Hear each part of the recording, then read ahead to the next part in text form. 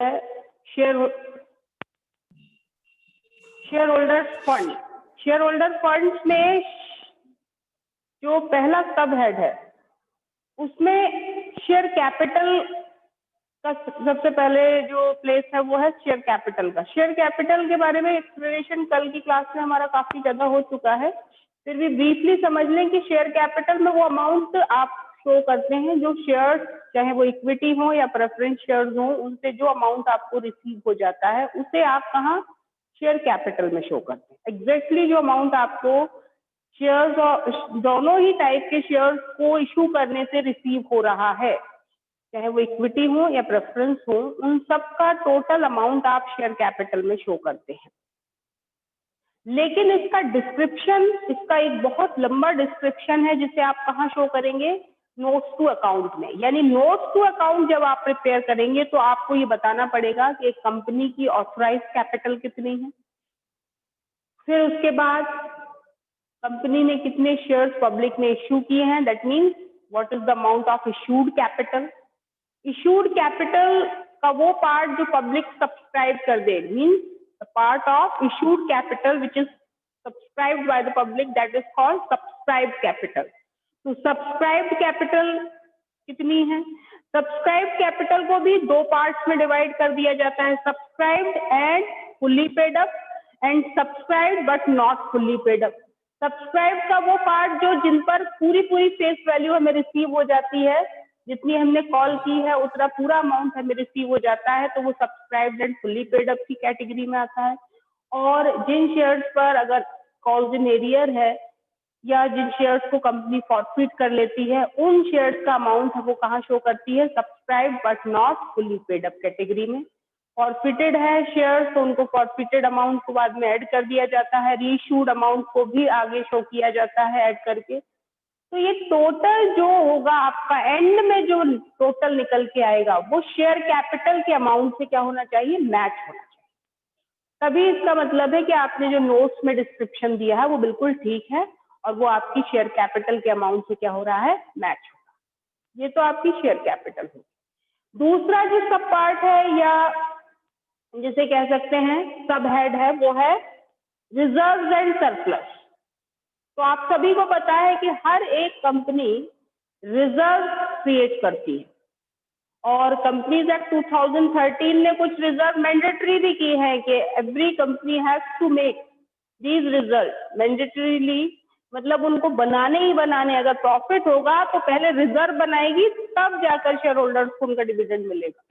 तो reserve create करने का हर एक कंपनी के लिए जो प्रोविजन, मतलब जो भी एक्ट की तरफ से प्रोविजन है, उस प्रोविजन के अकॉर्डिंग हर एक कंपनी को रिजर्व बनाने ही है। और सबको पता है रिजर्व तब क्रिएट किए जाते हैं जब कंपनी को प्रॉफिट हो। लॉस की कंडीशन में आप रिजर्व क्रिएट नहीं करेंगे। अब इसमें दो चीजें जुड़ी हुई हैं इस सब हेड में, रिजर्व एंड सरप्लस। यानी आप ड्यूरिंग द ईयर जितने भी रिजर्व, जितने भी टाइप के आपने रिजर्व बनाए हैं उन सब का टोटल अमाउंट रिजर्व में, और सरप्लस में आप के कंपनी को जितना प्रॉफिट हुआ है ड्यूरिंग द ईयर या ड्यूरिंग द क्वार्टर, क्योंकि मैंने बताया ना कि कंपनीज की बैलेंस शीट क्वार्टरली बेसिस पर बनती है, तो इस क्वार्टर के दौरान जितना भी प्रॉफिट कंपनी को हुआ है उसे सरप्लस कहा जाता है। अब ये सरप्लस पॉजिटिव भी हो सकता है और नेगेटिव भी। अगर लॉस होगा तो सरप्लस तो लिखा जाएगा, वर्ड सरप्लस ही रहेगा, लेकिन उसे हम ब्रैकेट में शो करेंगे, दैट मीन्स वो लॉस है। और अगर प्रॉफिट हुआ है तो वो सरप्लस रहेगा, यानी वो विदाउट ब्रैकेट है, दैट मीन्स वो क्या है, प्रॉफिट है। यहाँ ब्रैकेट का बड़ा इंपॉर्टेंट रोल है। तो रिजर्व में कंपनी जितने भी रिजर्व क्रिएट करेगी उन सभी रिजर्व को का सम टोटल आएगा।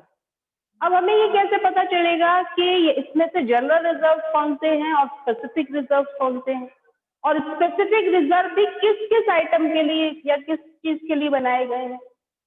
तो इन सब का डिस्क्रिप्शन नोट नंबर 2 यानी रिजर्व एंड सरप्लस के लिए नोट नंबर 2 होगा, और उसका पूरा का पूरा डिस्क्रिप्शन हम किसमें देंगे, रिजर्व एंड सरप्लस में। दैट मीन्स जितने रिजर्व कंपनी बना रही है तो उन सब की पूरी लिस्ट कहाँ खोलेगी, कहाँ ओपन करेगी वो? नोट्स टू अकाउंट में। जनरल रिजर्व का अमाउंट कितना है, स्पेसिफिक रिजर्व में अगर आपके डिवेंचर रिडम्पशन रिजर्व बने हैं डीआरआर, तो उनका अमाउंट कितना है, कैपिटल रिजर्व का अमाउंट कितना है, अदर रिजर्व और भी बहुत सारे हैं, आपको पता होता है, डिविडेंड इक्वलाइजेशन रिजर्व, या फिर बहुत सारे ऐसे रिजर्व हैं जिनको आपको क्रिएट करना होता है अकॉर्डिंग टू लॉ। तो उन सब का डिस्क्रिप्शन कि डिफरेंट रिजर्व में सेपरेट अमाउंट कितने हैं, वो डिस्क्रिप्शन हम बैलेंस शीट के अंदर नहीं देंगे, उसे हम देंगे नोट्स टू अकाउंट में। मैं बार बार बोल रही हूँ कि notes to accounts are more important. Balance sheet तो है ही, उसको तो बनाना कंपलसरी है ही हर कंपनी के लिए, लेकिन नोट्स टू अकाउंट बहुत इंपॉर्टेंट है। उनमें सारा का सारा डिस्क्रिप्शन आपको मिलता है और वही डिटेल्ड है, वही डिटेल्स है हर एक आइटम से रिलेटेड। हर एक आइटम की सारी डिटेल कहाँ मिलेगी हमें? Notes to account sheet. तो note number 2 reserve and surplus से रिलेटेड है, तो वहां पर आपको बताया जाएगा कि रिजर्व कितने हैं, कौन कौन से रिजर्व हैं, जनरल रिजर्व कितने हैं, स्पेसिफिक रिजर्व कितने हैं। स्पेसिफिक रिजर्व के नाम भी वहां पर ओपन किए जाएंगे और उनके आगे उनके अमाउंट्स भी शो किए जाएंगे। फिर उसके बाद आपको ड्यूरिंग द ईयर का सरप्लस, नेगेटिव है तो नेगेटिव बताया जाएगा, पॉजिटिव है तो पॉजिटिव। तो इस तरीके से सरप्लस और रिजर्व के टॉपिक, इस पूरे पार्ट में आपको रिजर्व ड्यूरिंग द ईयर और सरप्लस को मेंशन किया जाता है। तीसरा है इसमें part, money received against share warrants. तो शेयर वारंट्स होते हैं, ये हालांकि हमारा अभी तक अकाउंटिंग पार्ट नहीं है, लेकिन फिर भी थोड़ा सा समझ ले कि शेयर वारंट इशू किए जाते हैं जो कि आगे जाके शेयर्स में ही कन्वर्ट हो जाते हैं। तो जब तक वो शेयर्स में कन्वर्ट नहीं होते तब तक उन्हें conversion of share warrant share capital में नहीं हुआ अभी, तब तक जब तक वो कन्वर्जन नहीं होगा तब तक वो कहाँ रहेंगे? शेयर वारंट कैटेगरी में रहेंगे। वारंट भी एक तरीके की पेपर है जिनमें शेयर होल्डर बनने से पहले वो वारंट इशू किए जाते हैं और फिर एक स्पेसिफिक टाइम के बाद वो वारंट किसमें शेयर होल्डर्स को इशू कर दिया जाता है कि now you are the shareholder of the company. तो इस बीच में जो गैप है, उस गैप में आप शेयर वारंट के नाम से ही उन्हें बैलेंस शीट में दिखाएंगे। जब वो वारंट से शेयर कैप होल्डर्स में कन्वर्ट, वो जो वारंट है तो शेयर कैपिटल में कन्वर्ट हो जाएगा, तब वो वारंट में से तो लेस कर दिया जाएगा और फिर वो शेयर कैपिटल में क्या हो जाएगा? ऐड हो जाएगा। कुछ कंपनी वारंट भी इशू करती है, तो इसलिए शेयर वारंट का ये ऑप्शन कंपनी बैलेंस शीट में अभी अपने पास छोड़ा हुआ है। बहुत ज्यादा डिस्क्रिप्टिव नहीं है इसका बहुत पार्ट, और ये अकाउंटिंग में के प्रोसेस में नहीं आया अभी तक हमारे कंपनी की बुक में, तो इसलिए हम इसको इतना ही शो करते हैं। पढ़ लीजिएगा, थोड़ा सा ही डिस्क्रिप्शन आपको बुक में भी मिलेगा। इसके साथ ही दूसरा सब हेड क्या, दूसरा मेन हेड क्या है हमारा? ये तो तीनों सब हेड हो गए। पहले मेन हेड के, पहला मेन हेड क्या है? Share holders fund. Share holder fund के सब हेड कौन कौन से हैं? 3 सब हेड है, share capital, reserve and surplus and money received against share warrant. अब दूसरा मेन हेड हमारा है share application money pending allotment. ये क्या चीज है? Share application money pending allotment ये एक ऐसा आइटम है जिसको शेयर कैपिटल में हम शो नहीं कर सकते, और ये शेयर्स पे मिलने वाला वो अमाउंट है जो अप्लाई कर दिया शेयर होल्डर्स। फॉर एग्जाम्पल, अगर हमारी कंपनी ने शेयर्स इशू कर दिए, मान लीजिए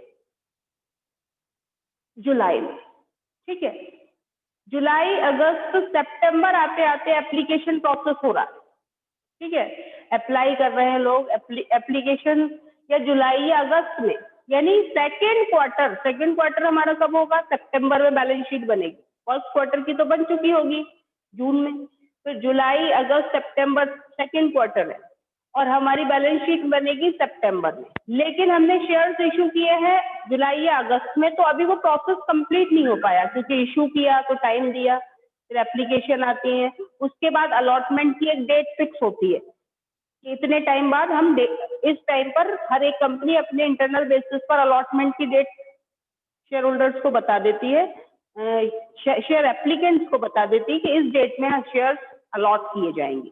आपने इशू ऑफ शेयर का टॉपिक पढ़ा है तो आपने देखा है ना कि पहले शेयर होल्डर्स क्या करते हैं, अप्लाई करते हैं शेयर्स के लिए, फिर कंपनी उन्हें शेयर्स अलॉट करती है। तो पहले एप्लीकेशन मनी रिसीव करती है और जब अलॉटमेंट की इंफॉर्मेशन उन्हें दी जाती है उस टाइम उनसे और पैसे मांगे जाते हैं, तो अलॉटमेंट मनी रिसीव की जाती है।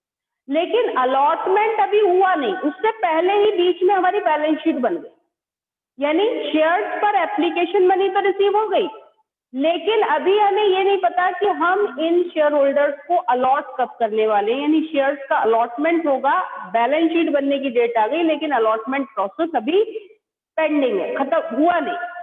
तो जब तक अलॉटमेंट नहीं होता, ध्यान रखिएगा, तब तक वो लोग जो अप्लाई कर चुके हैं शेयर्स के लिए उनको शेयर होल्डर्स नहीं माना जाता, क्योंकि हो सकता है ओवर सब्सक्रिप्शन हुआ हो और हम कुछ शेयर्स को क्या कर दें, रिजेक्ट कर दें, कुछ एप्लीकेशन को रिजेक्ट कर दें।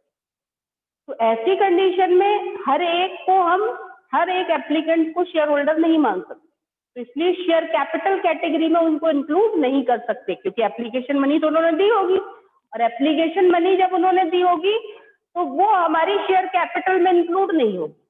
क्यों नहीं हो रही? क्योंकि अभी हमने इन शेयर्स का अलॉटमेंट नहीं किया, तो ये पेंडिंग वर्क है। इसी बीच में हमारी बैलेंस शीट बन गई, हमने शेयर्स इशू किए थे अगस्त में, अगस्त से सितंबर तक एप्लीकेशन का प्रोसेस चल रहा था और सितंबर में हमारी बैलेंस शीट बनने का टाइम आ गया, लेकिन अभी एप्लीकेशन प्रोसेस ही रनिंग था, अलॉटमेंट हुआ ही नहीं उन शेयर्स का। तो जितने शेयर्स का अलॉटमेंट नहीं हुआ उन शेयर्स को हम किस कैटेगरी में रख देते हैं, यानी अभी ये बीच वाली कैटेगरी में, इनसे पैसा मिल गया है एप्लीकेशन का लेकिन अभी इन शेयर्स को हमने अलॉटमेंट नहीं किया, तो इनको नाम दे दिया, अलग से हेड बना दिया, share application money pending allotment. हम इसे शेयर कैपिटल में क्यों नहीं इंक्लूड कर सकते? क्योंकि अभी हमें पता नहीं है कि कितने शेयर होल्डर्स बनेंगे कंपनी के, हो सकता है रिजेक्शन हो जाए, आगे क्या प्रोसेस होता है। तो तब तक जब तक वो कंफर्म शेयर कैपिटल आपको नहीं मिलती तब तक आप उसे शेयर कैपिटल कैटेगरी में नहीं शो करते, उसका एक अलग से हेड बना करके उसे शो करते हैं, जिसे बोलते हैं share application money pending allotment. अब जब हमारी बैलेंस शीट बन जाएगी उसके बाद अलॉटमेंट हो जाएगा और जितना अमाउंट शेयर्स पर रिसीव हो जाएगा वो सारा फिर पेंडिंग से लेस कर दिया जाएगा और कहाँ इंक्लूड कर लिया जाएगा, शेयर कैपिटल में ऐड कर दिया जाएगा।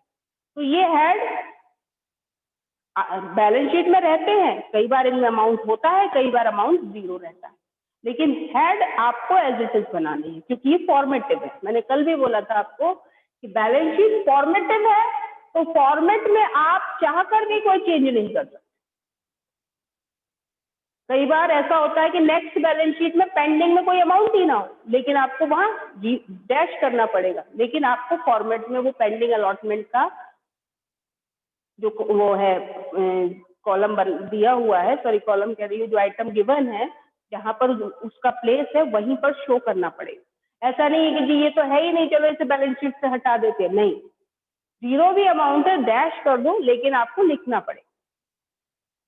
तो ये हो गई share application money pending allotment, इसका अलग से हेड बनाया गया और इसका कोई सब हेड नहीं है, ठीक है। अब थर्ड मेन हेड है हमारा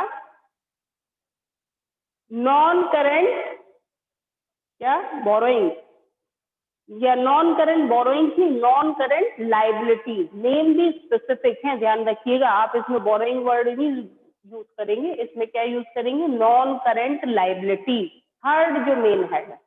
और इस थर्ड मेन हेड के भी 4 सब हेड है, ABCD करके दिए हुए हैं, 4 सब हेड हैं नॉन करेंट लाइबिलिटीज। आप सबने last year non current liabilities का मीनिंग पढ़ा था बेसिस ऑफ अकाउंटिंग के चैप्टर। और नॉन करेंट लाइबिलिटीज वो लाइबिलिटीज होती हैं जो करंट ना हो। अब ये क्या मीनिंग हुआ, जो करंट ना हो, तो फिर हमें करंट का भी मीनिंग पता होना चाहिए, वो भी बताया गया था। नॉन करेंट लाइबिलिटीज वो लाइबिलिटीज होती हैं जिनका पेमेंट आफ्टर 1 ईयर होता है। यानी जो 12 मंथ के टाइम ड्यूरेशन के बाद जिनका रीपेमेंट हो, वो सभी लाइबिलिटीज कैसी लाइबिलिटीज की कैटेगरीज में आती हैं? मतलब वो उससे रिलेटेड जितने आइटम हैं और जिनका हमें पेमेंट करना हो या आगे जाकर के उससे रिलेटेड ट्रीटमेंट करना हो, तो वो सब नॉन करेंट लाइबिलिटीज में आती है। इसके 4 सब हेड बनाए गए हैं। Long term borrowing first. Long term borrowing क्या है? वो लोन जो 1 ईयर के बाद जिनका रिपेमेंट होगा। लॉन्ग टर्म बोरोइंग, लंबे टाइम के लिए लिए गए बोरोइंग, जिनका या तो अकाउंटिंग साइकिल के कंप्लीट होने के बाद पेमेंट होगा या फिर आफ्टर 1 ईयर। अब क्वेश्चन ये होगा कि अकाउंटिंग साइकिल क्या होती है? तो हर एक बिजनेस की अकाउंटिंग, बिजनेस स्टडीज में आपने टॉपिक पढ़ा भी होगी शायद, कि हर एक बिजनेस की अकाउंटिंग साइकिल जो होती है, बिजनेस शुरू करने से लेकर प्रोडक्ट सेल करने तक जो ड्यूरेशन ऑफ टाइम होता है उसे बोलते हैं अकाउंटिंग साइकिल। हमने प्रोडक्ट बनाना शुरू किया अकाउंट ईयर के स्टार्टिंग से, और बनने से लेकर और वो कस्टमर तक पहुंचता है, तब हमें इनकम होना शुरू होती है। और फिर उस इनकम में से कुछ पार्ट फिर से बिजनेस में रीइन्वेस्ट करते हैं, फिर से प्रोडक्शन करते हैं, फिर से आप प्रोडक्ट का वो सारा प्रोसेस करते हो जिसमें वो प्रोडक्ट कस्टमर तक पहुंचता है। तो वो पूरा का पूरा साइकिल ईयर आफ्टर ईयर घूमता रहता है। अब कुछ बिजनेस में वो जो साइकिल होता है वो 1 ईयर का ही होता है, और कुछ ही बिजनेस में वो साइकिल थोड़ा सा बढ़ जाता है। हो सकता है 15 मंथ का हो, जैसे जहाँ पर बिजनेस पे टाइप पर डिपेंड करता है कि जो मशीन बनाने के बिजनेस है, बड़ी बड़ी मशीनरीज जहाँ प्लांट बनी पर प्लांट रहा है, बनी मशीन रही है, तो हो सकता है वो साइकिल उनका मैन्युफैक्चरिंग ही इतना लंबे टाइम में हो कि फिर उसका मैन्युफैक्चरिंग होगी, फिर जाकर के उसकी सेलिंग प्रोसेस करेंगे, तब जाकर के वो कस्टमर तक पहुंचेगा। तो लंबा एक साइकिल जो है वो 1 ईयर से ऊपर भी खिंच सकता है। तो इसीलिए मैंने वर्ड बोला कि किसी भी बिजनेस में जो लॉन्ग टर्म बोरोइंग होती है, वो बोरोइंग नॉर्मली वो उधार है, वो बोरोइंग है जिनका रीपेमेंट हम आफ्टर 1 ईयर करते हैं, यानी आफ्टर 12 मंथ। लेकिन अगर किसी बिजनेस का साइकिल ही कैसा है, बड़ा है, बिजनेस साइकिल लॉन्ग है, तो फिर वो आप डिपेंड करता है बिजनेस टू बिजनेस के 18 मंथ के बाद भी जो लाइबिलिटीज रीपे होती हैं उनको हम लॉन्ग टर्म बोरोइंग की कैटेगरी में मानते हैं। इन शॉर्ट अगर आप समझें तो long term liabilities are those liabilities which were payable after 1 year और 12 मंथ। ये वो लाइबिलिटीज हैं जिनका रीपेमेंट 1 साल के बाद, यानी इनकी वापसी आप 1 साल बाद या 12 महीने के बाद करते हैं। और इसके बहुत सारे एग्जाम्पल्स हैं, यानी 1 साल बाद फिर कितने भी साल में, 2 साल बाद, 3 साल, 10 साल, 15 साल, 20 साल, एक लंबा टाइम। 25 साल के भी लोन लेते हैं बहुत सारी कंपनी, 30 का भी लेती है, 20 का भी लेती है, 10 का भी, 15 का भी, 2, 3, 4, 5 साल, ऐसे ड्यूरेशन ऑफ टाइम। जैसे जैसे जितनी लंबी लाइबिलिटी होगी वो सब लॉन्ग टर्म की ही कैटेगरी में है। तो long term borrowing are those borrowings which were payable after 1 year or 12 months or after the completion of accounting cycle। अगर किसी बिजनेस की अकाउंटिंग साइकिल 1 ईयर से भी ज्यादा की है तो फिर वो उसमें आपकी लॉन्ग टर्म बोरोइंग की डेफिनेशन थोड़ी सी चेंज हो जाएगी। फिर वो अकाउंटिंग साइकिल पूरी होने के बाद उसको लाइबिलिटी पे की जाएंगी, उन्हें लॉन्ग टर्म बोरोइंग कहते हैं। इनके एग्जाम्पल है, आपने सभी ने पढ़े हैं लॉन्ग टर्म बोरोइंग के एग्जाम्पल। बैंक लोन, वो बैंक लोन जिसका पेमेंट, जिसकी वापसी आप 1 साल बाद करेंगे, लेकिन जिसकी विद इन 1 ईयर कर देते हैं वापसी, वो शॉर्ट टर्म बोरोइंग में आ जाते हैं। इसीलिए करंट लाइबिलिटीज में भी एक शॉर्ट टर्म बोरोइंग का सब हेड है, देखिएगा। हालांकि उसे मैं दोबारा वहां पर समझाऊंगी, लेकिन यहीं से उसको क्या कर रही हूँ, सेपरेट कर रही हूँ ताकि याद रहे आपको। तो बैंक लोन अगर विद इन 1 ईयर रिटर्न किया जाए तो वो किस में आ जाएगा, शॉर्ट टर्म बोरोइंग में। लेकिन अगर उसका रीपेमेंट हम 1 साल के बाद करें तो वो किस में कैटेगरी में आ जाएगा, लॉन्ग टर्म बोरोइंग में। ऐसे ही डिवेंचर्स का अमाउंट भी हम लॉन्ग टर्म बोरोइंग में इंक्लूड करेंगे if they are paid after 1 year. अगर उनका पेमेंट 1 साल के बाद होगा तो आपको भी पता है कि डिबेंचर ही लंबे टाइम के लिए ही इशू किए जाते हैं, थोड़े बहुत टाइम के लिए तो हम इतना खर्चा नहीं करते। डिबेंचर इशू करने में बहुत एक्सपेंस होते हैं कंपनी के, तो थोड़े टाइम के लिए तो हम डिबेंचर से पैसा नहीं लेते डिबेंचर होल्डर से, वो भी लॉन्ग टर्म लाइबिलिटीज का ही पार्ट है और लॉन्ग टर्म बोरोइंग्स का पार्ट है। लाइबिलिटी ना कह के बोरोइंग्स वर्ड, यानी इसमें आपके वो सभी, हमें तो बस इतना समझना है, ड्यूरेशन ऑफ टाइम को ध्यान में रखना है कि वो सभी लाइबिलिटीज जिनका रीपेमेंट 1 साल के बाद होगा, चाहे वो बैंक लोन हो, चाहे वो डिवेंचर्स हो, चाहे वो फाइनेंशियल इंस्टीट्यूशंस के लोन हो, या फिर आप किसी बिजनेस के लिए किसी भी अपने जानने वाले या रिलेटिव से लोन लेते हैं, किसी भी टाइप का लोन जिसका बस समझना क्या है, जिसका रीपेमेंट 1 ईयर के बाद आप करेंगे, वो सब किस कैटेगरी में इंक्लूड होंगे? Long term borrowing. ठीक है, इसके बाद नेक्स्ट है डेफर्ड टैक्स लाइबिलिटी नेट। ये भी समझने वाला पार्ट है, हालांकि अभी अकाउंटिंग नहीं हो रही इसकी, हो सकता है 1-2 साल में फिर से हो। अभी कंपनी एक्ट जब से अप्लाई हुआ है, अभी इसकी भी अकाउंटिंग नहीं की है हमने अपनी बुक्स में, हालांकि कंपनी कर रही है। क्या है ये डेफर्ड टैक्स लाइबिलिटी? देखो 3-3 महीने में तो कंपनी की बन रही है बैलेंस शीट क्वार्टरली बेसिस पर, ठीक। एक्यूरेट इनकम का पता कब चलता है? आप 3 मंथ्स के बाद बैलेंस शीट तो बना रहे हैं, 3 महीने में एनालाइज तो कर रहे हैं कि कितना प्रॉफिट, कितना या लॉस हो रहा है, या कितनी एसेट्स या लायबिलिटीज है, लेकिन एग्जैक्ट इनकम जो पूरे ईयर की है वो तो end of the 4th quarter ही पता चलेगी। लेकिन हम टाइम टू टाइम टैक्स भी क्वार्टरली बेस पर पे करते हैं, क्योंकि टैक्स लायबिलिटी भी गवर्नमेंट कहती है साथ के साथ पूरी करते जाओ। हालांकि नॉर्मली आम इंसान and of the year he tax पे करता है, लेकिन कंपनी चूंकि वो बहुत बर्डन बढ़ता जाता है उनका टैक्स पे करने का, उनका रेट ऑफ टैक्स भी हायर होता है, तो वो क्वार्टरली बेस पर ही टैक्सेस को भी पे करती रहती है। अब टैक्स भी जा रहा है, इनकम का भी थोड़ा थोड़ा करके पता चल रहा है हर क्वार्टर के एंड से, लेकिन फाइनल जो रिजल्ट आएगा कि एग्जैक्ट ड्यूरिंग द ईयर कितनी इनकम हुई और इस इनकम में से एग्जैक्टली हम कितना टैक्स दे चुके और अब हमें कितना देना बाकी है। तो कई बार ऐसा होता है किसी क्वार्टर में तो बहुत ज्यादा प्रॉफिट हो गया तो हमने ज्यादा टैक्स दे दिया, किसी क्वार्टर में ठीक हुआ प्रॉफिट, एवरेज जितना हो रहा है उसी के अकॉर्डिंग टैक्स दिया। भाई जैसे जैसे टैक्स इनकम के अकॉर्डिंग भी टैक्स बढ़ेगा। किसी क्वार्टर में आपको लॉस हो गया तो टैक्स एकदम डाउन हो गया। तो एग्जैक्ट जो कैलकुलेशन होगा वो एंड ऑफ द ईयर होगा। अब कई बार सिचुएशन ऐसी आ जाती है कि आपने टैक्स जो है वो पे किया है कम और अब एग्जैक्ट इनकम जो कंपनी की निकल के आई उस पर टैक्स और देना है, तो वो आपकी डेफर्ड यानी वो टैक्स जो लायबिलिटी है अब देनी है। अभी ड्यूरिंग द ईयर तो एंड ऑफ द ईयर देंगे, लेकिन वो लायबिलिटी बन गई तो वो डेफर्ड टैक्स लायबिलिटी है। यानी ये टैक्स लायबिलिटी जो इसमें सेटलमेंट होने के बाद जितना हमें एक्स्ट्रा टैक्स देना पड़ेगा वो आपकी डेफर्ड टैक्स लायबिलिटी है। और मान लो उल्टा हो जाए तो, यानी हम टैक्स ज्यादा पे करें तो कर चुके, जबकि हमारी and of the year income कितनी हुई वो कम हुई। और ऐसा क्यों हुआ कि हम ज्यादा दे चुके? क्योंकि हो सकता है लास्ट क्वार्टर में ही हमें लॉस हो गया हो, पिछले 3 क्वार्टर्स में हमें प्रॉफिट होता आया हो और लास्ट क्वार्टर में हमें क्या हो जाए, लॉस हो जाए, तो हम टैक्स ज्यादा दे चुके। अब वो सेटलमेंट तो होगा उसका, आगे जाके उस लॉस की वजह से हमारा टैक्स लायबिलिटी क्या हो जाएगी, कम हो जाएगी, तो सेटलमेंट तो होगा।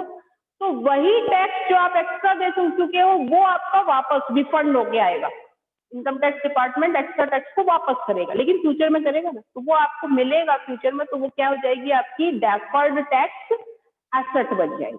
इसीलिए देखिए उसका जो कॉलम है अभी आप पढ़ेंगे एसेट साइड जब में हम डिफाइन करेंगे तो वहां पर डेफर्ड टैक्स एसेट नेट का भी एक सब हेड है, दिख रहा होगा शायद बैलेंस शीट सबके सामने हो तो डेफर्ड टैक्स लायबिलिटीज तब होगी जब